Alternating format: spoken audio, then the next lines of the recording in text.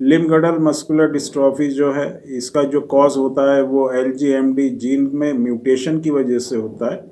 कोई भी चेंज अगर इस जीन में आता है तो उसकी वजह से ये LGMD या लिम्ब गडल मस्कुलर डिस्ट्रॉफी होती है। ये जो प्रॉब्लम होती है ये इनहेरिटेड भी होती है फैमिली में, या किसी को कभी किसी जनरेशन में ये प्रॉब्लम रहती है तो उससे ये नेक्स्ट जनरेशन में आती है, या ये स्पॉन्टेनियस भी हो सकती है। स्पॉन्टेनियस का मतलब है कि फैमिली में अगर किसी को मस्कुलर डिस्ट्रॉफी नहीं है, किसी दूसरी वजह से अगर ये जीन में म्यूटेशन हुआ है तो इसको स्पॉन्टेनियस म्यूटेशन कहते हैं। और इस तरह अगर किसी के अंदर ये चेंज होता है जीन के अंदर तो ये नेक्स्ट जनरेशन में जो है ये पास हो सकता है। तो ये जो कॉज होता है ये जीन में म्यूटेशन की वजह से होता है। और जो लिम्ब गडल मस्कुलर डिस्ट्रॉफी का जो सिम्टम होता है, क्योंकि इसका नाम ही लिम्ब गडल मस्कुलर डिस्ट्रॉफी है, लिम्ब का मतलब होता है हमारे हाथ और पैर, और जो गडल होती हैं, दो तरह के गडल हमारी बॉडी में होते हैं, एक होता है पेल्विक गडल और दूसरा होता है पेक्टोरल गडल। जो हमारा हिप जॉइंट होता है वहाँ का एरिया, और जो हमारा शोल्डर का जो जॉइंट होता है, कंधे का जो जोड़ होता है वहाँ का एरिया, तो वहाँ का जो एरिया होता है उसकी मसल्स जो हैं बहुत ज़्यादा वीक हो जाती हैं, कमज़ोर हो जाती हैं, और एक तरह से वॉस्टिंग ऑफ मसल्स हो जाता है।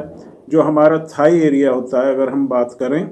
जो हमारा कूला होता है, हिप एरिया होता है, उसके नीचे जो थाई एरिया होता है वहाँ की मसल्स बिल्कुल सूख जाती हैं, जिससे किसी भी तरह का जोर जो है हम अपनी टांगों पे नहीं लगा पाते। और जो दूसरी चीज़ होती है, जो हमारा कंधा होता है, यहाँ की मसल्स जो हैं वीक हो जाती हैं, फिर उसके बाद पूरी टांग में और पूरे हाथ में ये वीकनेस चली जाती है।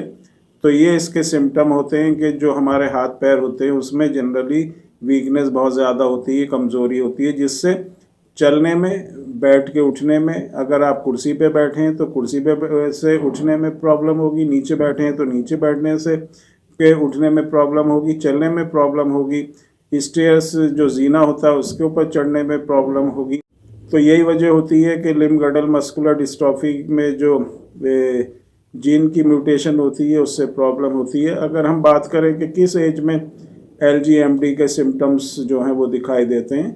तो माना जाता है कि 5 साल से लेकर और 40 साल तक की जो एज होती है, 5 साल से 40 साल तक की एज में कभी भी LGMD के जो सिम्टम है वो दिखाई दे सकते हैं।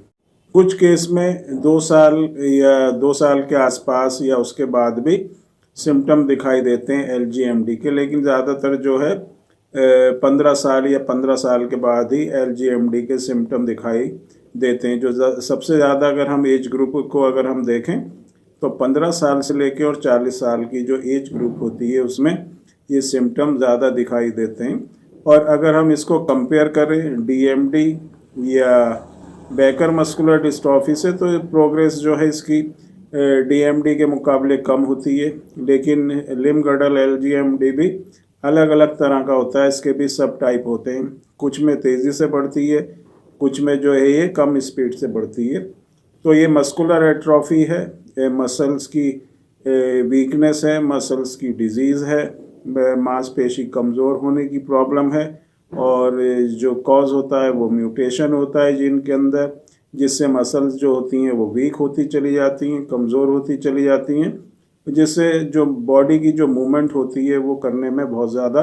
प्रॉब्लम होती है। तो इसको अगर हम देखें कि किस तरह से इसको अगर हम क्योर कर सकते हैं, कंडीशन में इम्प्रूवमेंट कर सकते हैं,